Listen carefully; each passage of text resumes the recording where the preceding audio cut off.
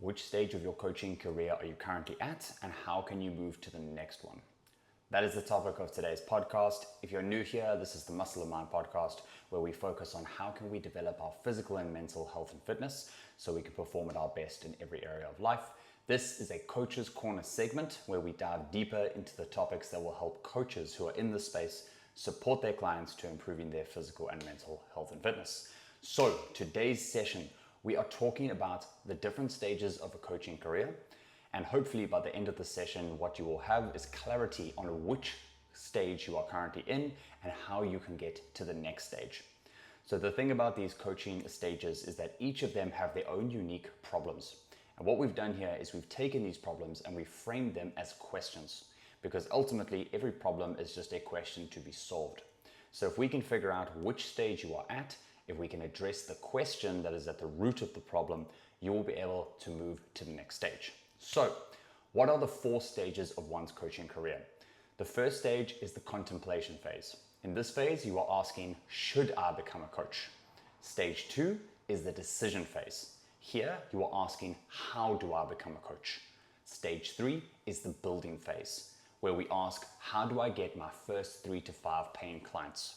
And last but not least, Stage 4, the scaling phase. How do I buy back my time?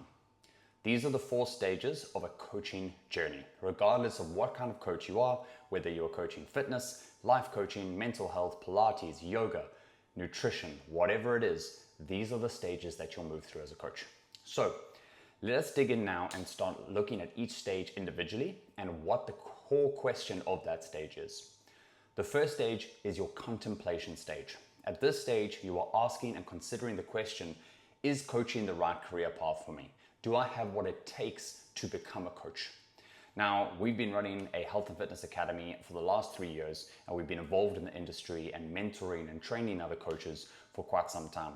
So this question and these 2 questions specifically are very common amongst people who are aspiring to become coaches.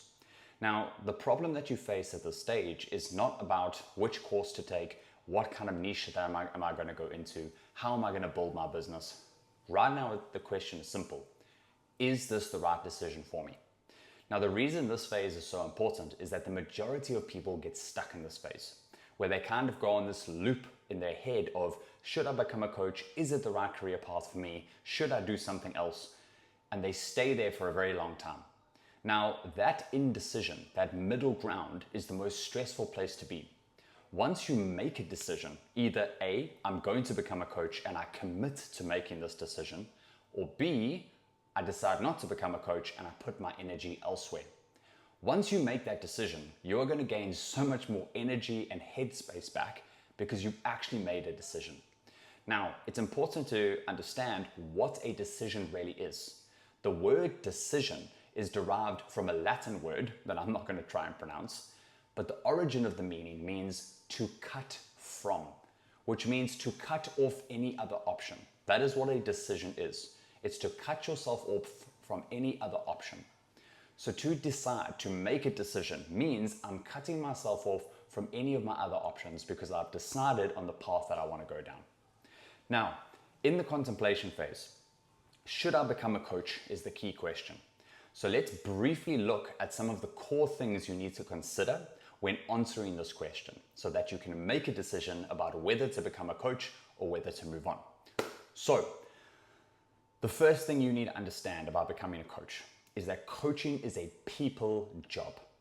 If you are not good with people, or you do not have any desire to be working with people one-on-one or in a group setting, coaching probably isn't the route for you, to be quite honest. Now, that doesn't mean it's not a skill that you can acquire.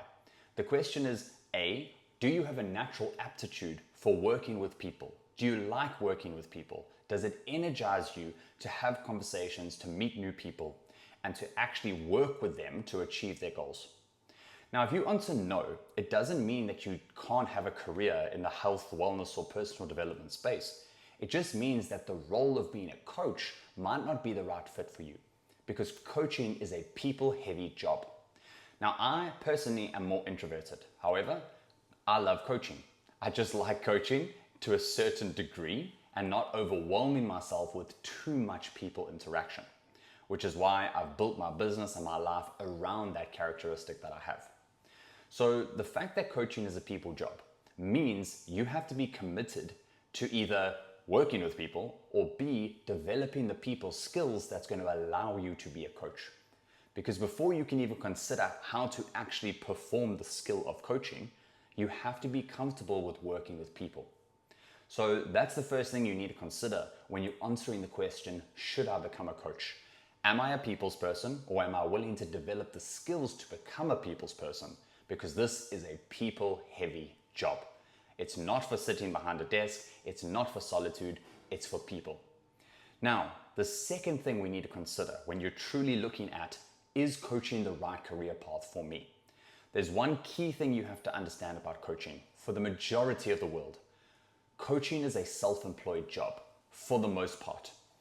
Now, that doesn't mean you can't get a job as a coach. There are corporate wellness coaches, personal trainers, group fitness class instructors that can actually get jobs and earn a basic salary. But for the majority of the world, that's not really the case. Coaches are usually freelancers and entrepreneurs. They're running their own business, marketing their own services. So regardless of which of those buckets you're in, either you are a freelancer running your own self-service business, or B, you are working in a job and getting a basic salary, the majority of your income is still going to rely on your ability to sell and market yourself. Even if you get a job as a coach with a basic salary, that salary is usually not so high. Where you really make money is in the commissions that you earn. Now, this is an important piece of the puzzle because for a lot of people in traditional career paths, for example, in law, I'm a lawyer, I didn't end up pursuing that career, but I'm a qualified lawyer and I got multiple job offers in that field.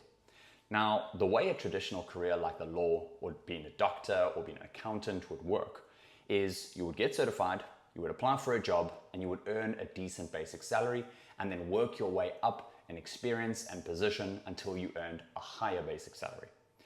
Coaching is very seldomly like that for the majority of countries. So if you're considering going down this road, you've got to understand that this is not a traditional career path. You can't compare it to something more traditional and established like law or being a doctor or an accountant or any of those kinds of jobs. So you need to consider, am I willing to put myself in a position where I must find one of those rare jobs that pays me a basic salary to be a coach? And or am I willing to put myself in a position where I am forced to market and sell myself because that's how this job really works? Now, that shouldn't discourage you, but it should help you again start refining your understanding of what a coach really does so that you can make this decision. Do I want to become a coach? Do I want this to be my full-time career? And last but not least, coaching is a job of passion. Coaching is not something you can do half-heartedly. And if you do it half-heartedly, you're not going to succeed for very long. Let's take, for example, we used an accountant earlier as a job example that differs from that of a coach. If I do my job as an accountant, it doesn't matter how much passion I do it with. I just need to get the job done. If I take my car to a mechanic, sure, a passionate mechanic is amazing, but is that going to affect the quality of his service when it comes to fixing my car? Probably not. As long as he does the job, it's going to end up fixing my problem and the job is well done. Being a coach is not like that. The energy you bring, the enthusiasm you bring, the passion you bring is not a separate entity from the skill and from the work that you do. It is a very closely related part. Arguably one of the biggest parts about being a coach. So if you want to be a coach, you've got to commit to showing up with energy every single day and understand that if you don't bring that energy, if you don't bring that passion, it's going to affect your results as a coach and your ability to earn an income. Now, that doesn't mean you have to be energized 24/7, all days, every session of the week, but it does mean you need to show up and put your best foot forward. You need to come with passion, you need to come with energy, and you need to arrive with enthusiasm when you show up to work with another human being. So these 3 points, coaching is a people job, coaching is mostly a self-employed job, and number 3, coaching is a job of passion. If you understand these 3 elements and you think that still coaching is the right path for you, then most likely that is the right decision to make. If you've listened to any of these 3 points and you kind of feel uneasy or you feel like this is not aligning with what you thought being a coach was about, then it could be time to reconsider that as an option. And once again, that doesn't mean you cannot work in the health, fitness, or personal development industry. It just means that the role and skill of a coach is probably not for you. This is the contemplation stage. Should I become a coach? I have to address the question, coaching is a people job. Am I a people's person or willing to develop the skills to be so? Number 2, coaching is mostly a self-marketing and sales job versus a traditional salary-based position. Am I willing to master those skills to make this career worthwhile for me? And number 3, coaching is a job of passion. Am I willing to commit to showing up with energy and enthusiasm, and understanding the consequences is that if I don't show up with energy, or if I don't show up with passion, it's most likely going to have a major negative impact on my career. So I hope this has helped you get through the contemplation phase. If you are someone who is an aspiring coach, I'm hoping that answering these questions has now brought you more clarity so you can make that decision. Do I become a coach or do I move on to something else? Either way, make a decision so you can sleep better at night. All right, now moving on to the second stage of being a coach, the decision phase, the decision stage. In the decision stage of the coaching career, you are answering the question, how do I become a coach? Now that you've made the decision that this is a career that you want to pursue, how are you going to do that? And we're going to now break down 3 key things that you need to focus on in order to answer this question. The first question is, how do you want to help people change? Coaching is the act and skill of helping another person change and improve themselves so that they can achieve a better life.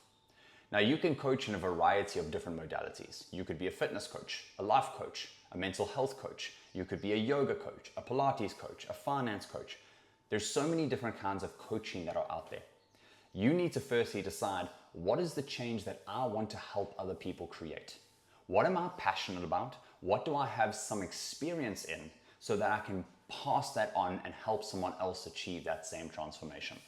For example, if you are passionate about fitness, you've gone through your own transformation.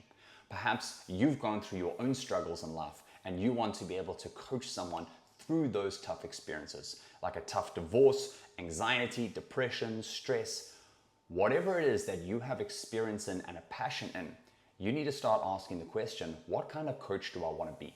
What kind of change do I want to create? And that doesn't have to be the case or stay that way your entire life or your entire career, but you need a starting point.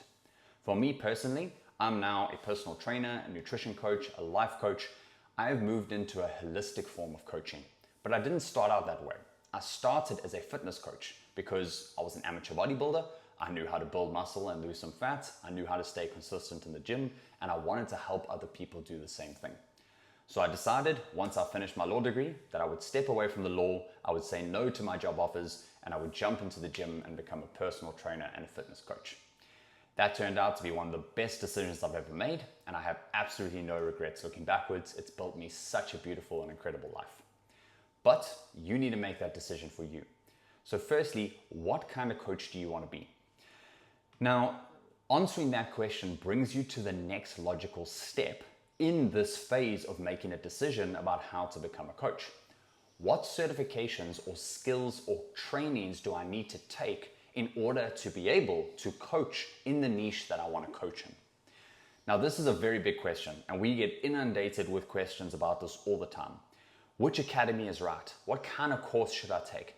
Is this certification going to help me internationally or in my local place? So the question now is, how are you going to get educated? Now, what's important to understand here is that coaching is not a very regulated industry. It's not an established industry like law or medicine or human rights. It is instead a new industry. Now, what that means is that it is not very regulated. For example, if I say I'm a lawyer, but I'm not, and I go and practice law, there's probably going to be some serious legal repercussions for that. And the chances are I'm going to get found out and caught very quickly. Or imagine a surgeon pretending to be a surgeon, cutting someone open and trying to operate on them when he doesn't even have a medical license to begin with. Obviously, very big problem, very big legal issues there. Coaching is different. Because it's a new industry, it's not highly regulated in the majority of countries in the world. Now, the unfortunate part about that is that there's a lot of people out there calling themselves coaches and marketing themselves as coaches when they don't actually have coaching skills. There is a difference between your own personal experience and being a coach. Just because, for example, someone is super strong and fit and big, it doesn't mean that they have the ability to help someone else do that. Now, the experience is a beautiful start and it's a fundamental part of being a coach, having real life experience in the thing that you are coaching. But it's not enough. Just because you have created a transformation doesn't mean you have the skill or ability to create that in somebody else. And that is the skill of coaching. It's how do I help this person, this other human being, achieve the result that I myself have been able to achieve. And it involves a lot of different skills that are different from the skill that you had to create your transformation. Let's think about fitness coaching, right? In order to have a fitness transformation yourself, you need nutrition skills, you need exercise skills, you need preparation skills. Those are all good and well. But in order to translate those skills to someone else, you have to have coaching skills, active listening, powerful questioning, frameworks, consultations, assessments, tests, things that you have to take another human being through. So even though there's people out there that coach without a license or certification, and some of them may even have built successful businesses, it is highly, highly not recommended to do that. And there's two reasons for that. Number one, just because you created the result yourself doesn't mean, like we just said, that you have the ability to create it in others. So if you want to ensure that you have that ability, develop the skills. Get coached and trained by someone who knows those skills so that number one, you can learn them yourself. And number two, you can be assessed by someone who is a professional so that you have objective feedback on whether your coaching skills are up to standard and that they can give you the stamp of approval, the certificate that shows that you have that ability. It is going to make you feel more confident in yourself as a coach, and it's going to give you skills that you didn't even think you needed. If you believe you know everything, you already are expressing one of the biggest downfalls of any coach, and quite honestly, any human being: a lack of self-awareness. We all have places that we need to improve. So the very least that you could do if you're going to help coach other people is deliver a proper service by ensuring you have the right skills to do so and have that certified by a professional. Now that's the first thing that we need to focus on, right? When it comes to should I get a certification and what certification I should get. The other piece of the puzzle is that when you are marketing yourself to clients, they want to see that you have formal education. Right? That it's not just you saying that you can do the skill. You've actually gone through an official training program.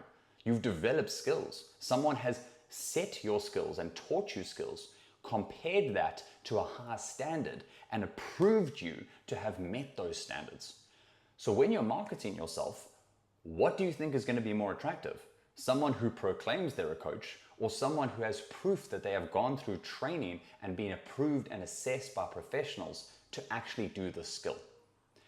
So getting a certification, even though it's not an absolute necessity, unfortunately, it is highly recommended because you'll get better and you'll be able to confidently portray yourself and market yourself to other people because they have the trust that you know what you're doing because you've gone through a training process.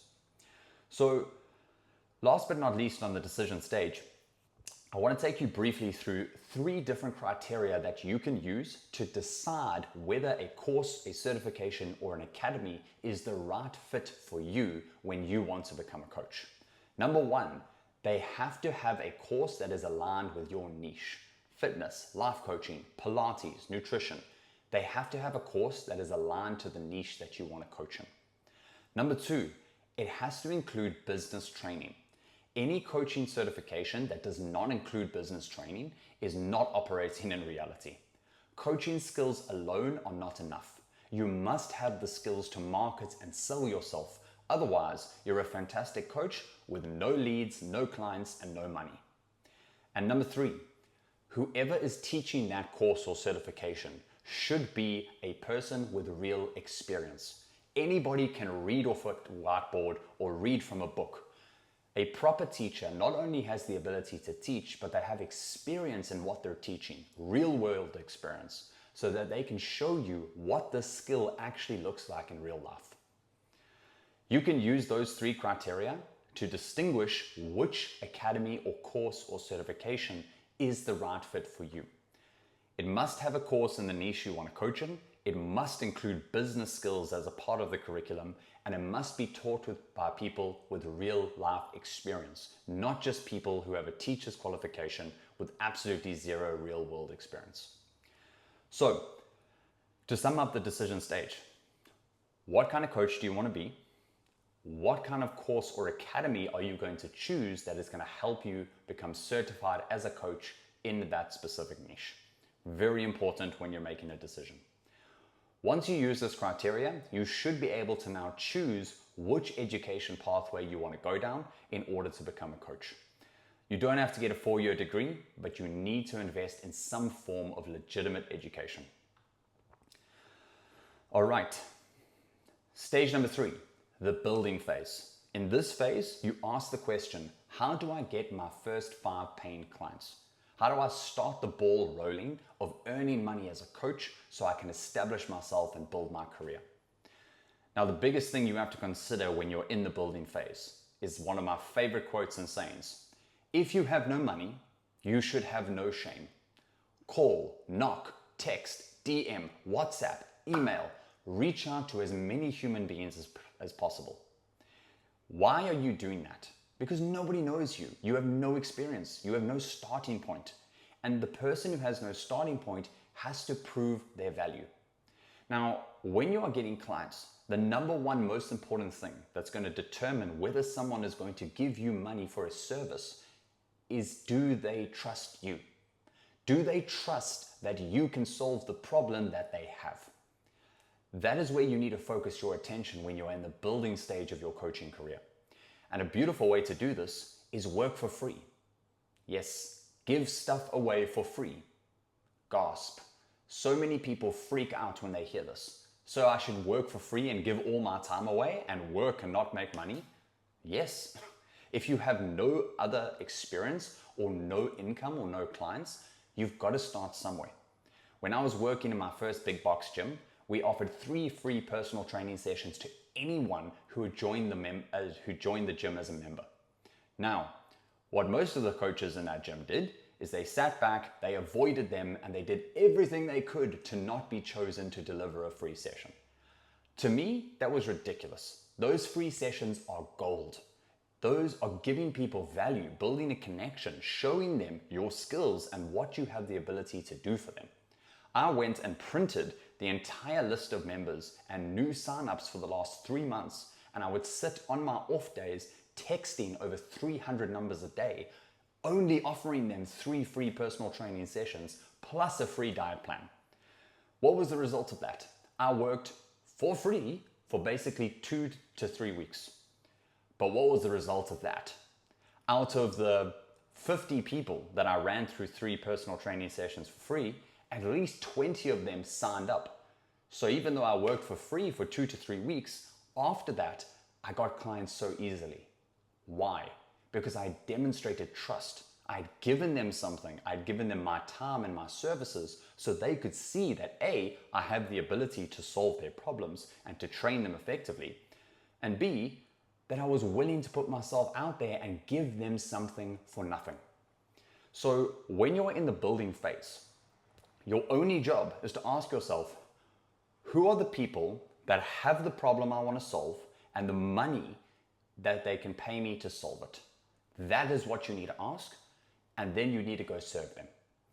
Now, the starting point for this is building a form of lead magnet. Now, without going too deep into this podcast, onto this specific topic, a lead magnet is something you give away for free or at a very discounted rate that solves the problem that you are trying to solve for your ideal client in a micro format. 3 free personal training sessions, 7 days of coaching, a free diet plan, something that solves a problem for free. Now, what you are doing when you do that is that you are demonstrating your ability to solve the problem and you are building trust.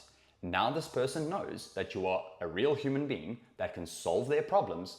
Why? Because you've done it. You've demonstrated it. You don't need to tell them, you show them.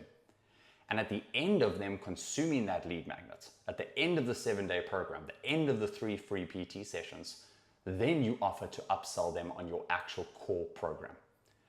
And they're much more likely to buy.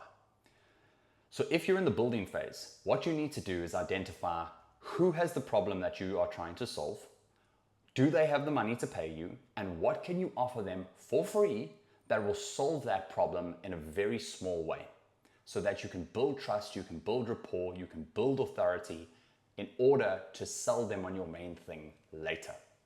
So this is where you need to be if you're in the building phase. Now, a lot of the time at this stage, because we've had experience with training coaches, is they say, I've just invested 6 months of my life becoming a coach. I've paid all this money for my certification. Now you want me to work for free? What's the alternative? Not work at all, not get clients, and have all the time and money you spent on your certification be a complete waste of time? Of course not. This is not a traditional career. You're not going to get a piece of paper and someone's going to run to you with money saying, please, can you coach or train me? That's not how it works. If you are serious about this, if you want to make this a career, you have to go out of your way to serve people. It is a people job. If you are not willing to help people for free, you're not going to do a good job of coaching them when they pay you. It's that simple. So if you're in the building phase, decide who has the problem you want to solve, make sure they have the money to solve it, offer them something for free that solves their problem, do a great job, and then offer your main program as an upsell. That is the fastest way to get your first 5 clients as a coach. So that is the building phase. Last but not least, the scaling phase. At this phase of your coaching career, you have a full list of clients, your time is pretty much fully booked, and you've hit a cap in terms of the amount of money you can make and the amount of clients you can take on. There's no more room for you to grow with your current offerings and business model. In the scaling phase, the question you now need to ask is, how do I buy back my time? How can I start making the same amount of money or more without giving more time? So there are only 3 ways to make more money as a coach. Number 1, get more clients. Number 2, charge more money to those existing clients. Or number 3, build a different product that is scalable, that doesn't depend on your time. If we look at number 1, getting more clients, if you are at your cap, if your schedule is fully booked with clients, you cannot get more clients because there's only one of you and there's only 24 hours in a day. So in order for you to grow past this phase, in order for you to scale, you need to focus on the other 2 options. Option A, charge more money. How do you charge more money from existing clients? There's 2 real ways that you can do this. Number 1, you can raise your prices for the same service you already offer because your experience and the demand for your services has gone up. That's option A. Option B, develop new skills that justify you increasing the amount of money that you charge.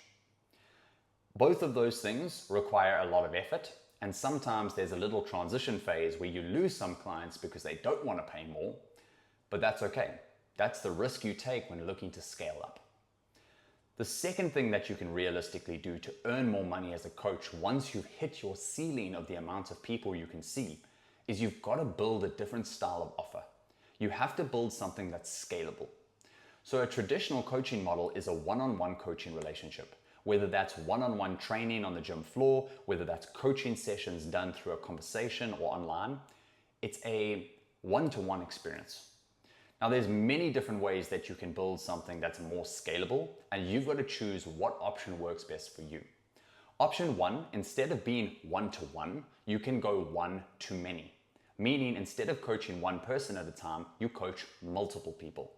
For example, instead of one-on-one personal training, small group personal training. You earn much more per the same amount of hours that you put in.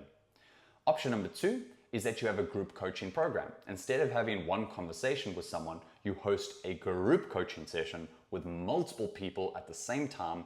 Even if they each pay a smaller rate than they would have for the one-on-one, they're still going to be giving you more money overall because you have more room to add more people. You can run courses, right? So for example, filming a digital course, packaging that into an online program or an online platform, and then selling that program. It doesn't cost you anything time-wise in order to deliver that, but you're still able to make money out of that business model. You could run retreats, right? A bunch of people, weekend or 5-day style retreat. There's many different ways that you can scale up. And we're not going to go into each of those in this podcast in detail.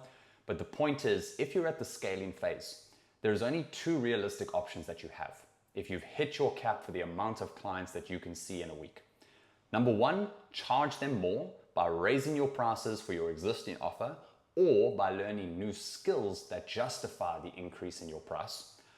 Or option number 2, build a different business model.